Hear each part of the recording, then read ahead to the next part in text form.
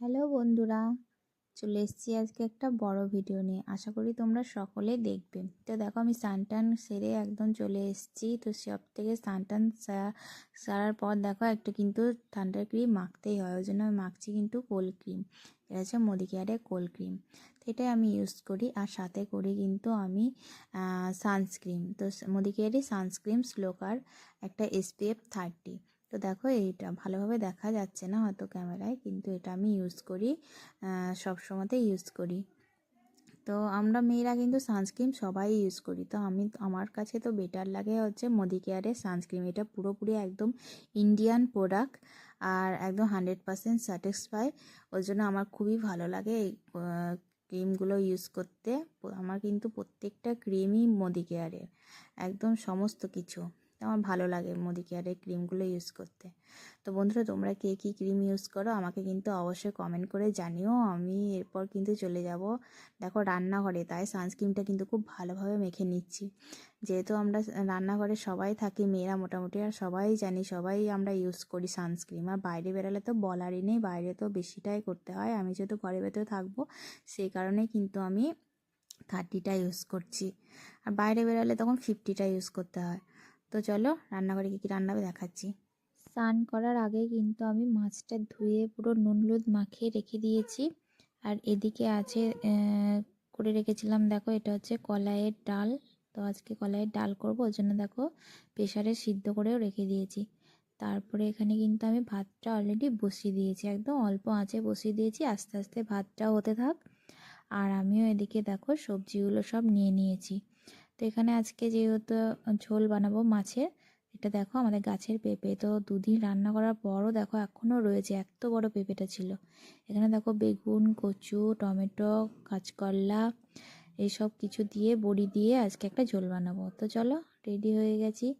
এখানে বসে বসে কেটে নিই সবজিগুলো, তারপর কাটার পর তোমাদের সাথে আবার দেখা হচ্ছে। তো চলো সবজিগুলো কেটে নিচ্ছি। তো দেখো সমস্ত সবজি কিন্তু আমি খুব সুন্দর করে কেটে নিয়েছি। একটা জিনিস কিন্তু আমি এখানে দিইনি, সেই জিনিসটা তোমরা কি বলতে পারবে? কেউ যদি বলতে পারো অবশ্যই আমাকে কমেন্ট করে জানিও।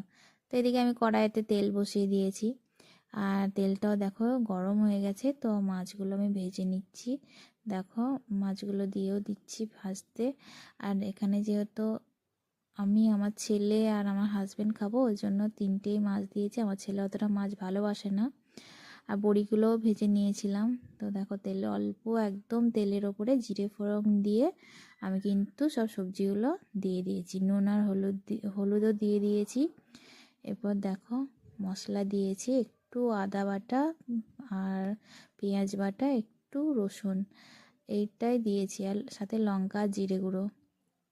আর সব থেকে নামানোর পর আমি কিন্তু দিয়ে দেবো গোলমরিচের গুঁড়ো। আজকে যেহেতু গোলমরিচের ঝোল খেতে ইচ্ছে হলো, তাই গোলমরিচের ঝোলটা আমি বানাচ্ছি। তো এখানে দেখো সব কিছু একদম ভালোভাবে ভাজা হয়ে গেছে। তারপর আমি দিয়ে দিচ্ছি জল। তো পাতলা ঝোল করব যেহেতু, সেই কারণে আমি কিন্তু অনেকটা জল কিন্তু এর মধ্যে অ্যাড করে দিলাম।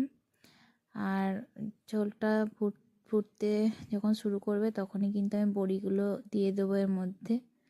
আর ফোটার পর কিন্তু তারপরে নামানোর আগে গোলমরিচটা আর মাছগুলো দিয়ে দেবো, তাহলে কিন্তু আমার একদম পুরো রেডি হয়ে যাবে।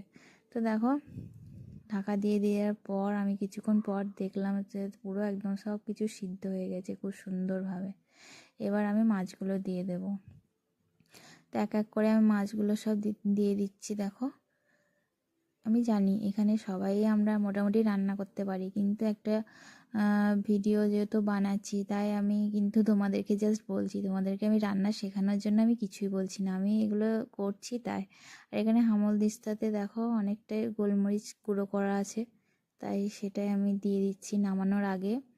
তো হেভি টেস্ট হয়, তাই আমি কিন্তু নামানোর আগেই দিই সবসময়। ভালো লাগে খেতে, গোলমরিচের গন্ধটাও বেশ ছড়ায়, আর ঝোলটাও দারুণ লাগে যেহেতু এটা পাতলা ঝোল।